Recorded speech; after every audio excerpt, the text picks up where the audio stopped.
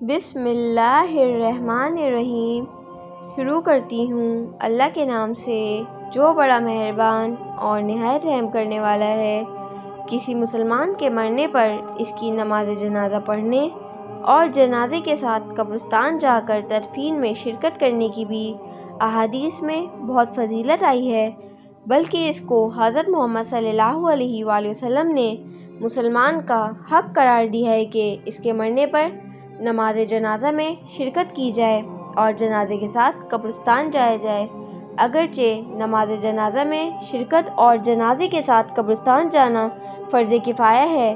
یعنی اگر کچھ لوگ ایسا کر لیں تو باقی مسلمانوں سے فریضہ ساقط ہو جاتا ہے، یعنی وہ جنازے میں شرکت نہ کرنے سے گنہگار نہیں ہوتے، لیکن اگر کوئی شرکت کرے تو اس کا بہت ثواب ہے۔ حضرت ابو ہریرہ رضی اللہ تعالیٰ عنہ روایت کرتے ہیں کہ حضرت محمد صلی اللہ علیہ وآلہ وسلم نے فرمایا، جو شخص کسی جنازے پر نماز پڑھے اس کو 1 قرات ملے گا، اور جو اس کے پیچھے جائے یہاں تک کہ اس کی تدفین مکمل ہو جائے تو اس کو 2 قرات ملیں گے، جن میں سے ایک احد کے پہاڑ کے برابر ہوگا۔ علماء کرام نے فرمایا ہے کہ جنت کی نعمتوں اور وہاں ملنے والے اجر اور ثواب کا چونکہ دنیا میں صحیح تصور ممکن نہیں ہے اور نہ ان کو تعبیر کرنے کے لیے انسان کے پاس صحیح الفاظ ہیں،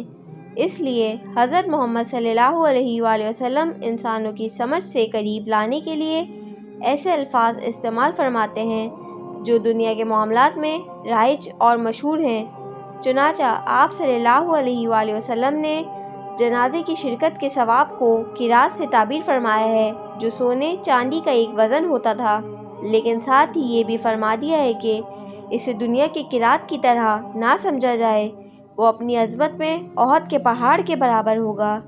خلاصہ یہ ہے کہ نماز جنازہ پڑھنے پر عظیم ثواب الگ ہے اور جنازے کے ساتھ جا کر تدفین میں شرکت کا ثواب علیحدہ ہے، اور دونوں بڑے عظیم ثواب ہیں۔ اور ایک اور روایت کے الفاظ یہ ہیں، جو شخص جنازہ اٹھنے سے پہلے میت کے گھر جائے اس کو 1 قرات ملے گا، پھر اگر جنازے کے پیچھے چلے اسے 1 اور قرات، پھر اگر وہ اس پر نماز پڑھے تو 1 اور قرات، پھر اگر تدفین تک انتظار کرے تو 1 اور قرات، جس کے معنی یہ ہے کہ یہ چاروں اعمال الگ الگ نیکیاں ہیں اور ان میں سے ہر ایک پر علیحدہ ثواب ہے اور ہر ثواب بہت عظیم ہے۔ حضرت عبداللہ بن عمر رضی اللہ تعالیٰ عنہ کو یہ حدیث معلوم نہیں تھی۔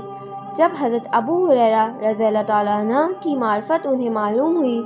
اور حضرت عائشہ رضی اللہ تعالیٰ عنہ نے بھی اس کی تصدیق کی تو حضرت عبداللہ بن عمر رضی اللہ تعالیٰ عنہ نے حسرت سے فرمایا، ہم نے تو بہت سے قرات یقیناً ضائع کر دیے۔ نماز جنازہ میں بہت سے لوگ رسماً شریک ہوتے ہیں، لیکن بسا اوقات نماز جنازہ کا صحیح طریقہ بھی نہیں آتا۔